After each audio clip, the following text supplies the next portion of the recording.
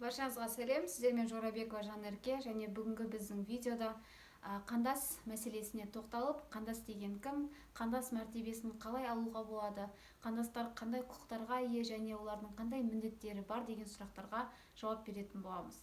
Қандас деген кім? Қандас дегеніміз бұрын Қазақстан азаматтығында болмаған, тарихи отанына оралған, Қазақстан Республикасының көші-қон заңнамаларына сәйкес мәртебе алған этникалық қазақтар және олардың отбасы мүшелерін айтамыз. Қандас мәртебесін қалай алуға болады?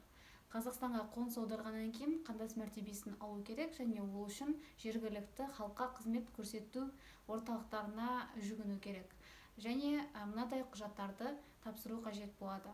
Ол арнайы өтініш, еркін нысанда өмірбаян және өтініш берушінің және оның отбасы мүшелерінің жеке басын куәландыратын құжаттарының көшірмелері және нотариат куәландырған орыс немесе қазақ тіліндегі аудармалары қажет болады. Жеке басын куәландыратын құжаттарға туу туралы куәлік, паспорт, азаматтығы жоқ адамның куәлігі және тағы басқа ресми құжаттар кіреді.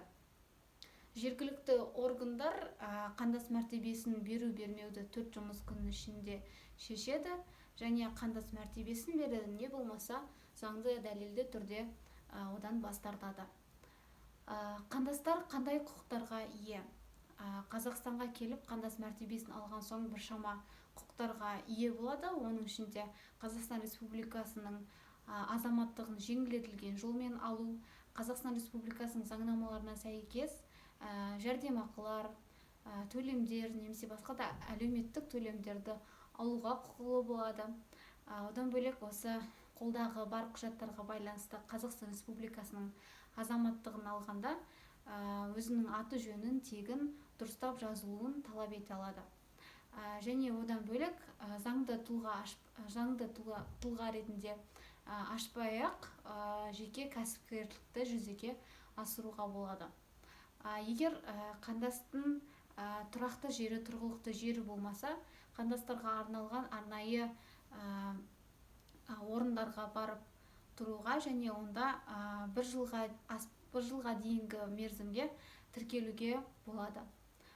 Қандастардың қандай міндеттемелері бар? Оларға әрине бірінші орында Қазақстан Республикасының ішкі заңдарына, тәртіптеріне бағыну керек болады. Және одан бөлек осы қандас мәртебесін алу кезінде не болмаса өңірлік квотаға енгізу үшін құжат тапсырарда Қазақстан Республикасының шетелдегі болсын, жергілікті болсын мекемелеріне шынайы ақпаратты ұсынуға міндеттеледі. Одан бөлек денсаулық сақтау органдарының талаптарына сай медициналық тексеруден өтуге, екпелер салуға және тағы басқа нұсқауларды орындауға міндеттеледі. Сіздерге бергім келген ақпараттар осылардан тұратын. Бізге лайк басып, коммент жазуды ұмытпаңыздар, бөлісуді ұмытпаңыздар және келесі кездескенше қош сау болыңыздар.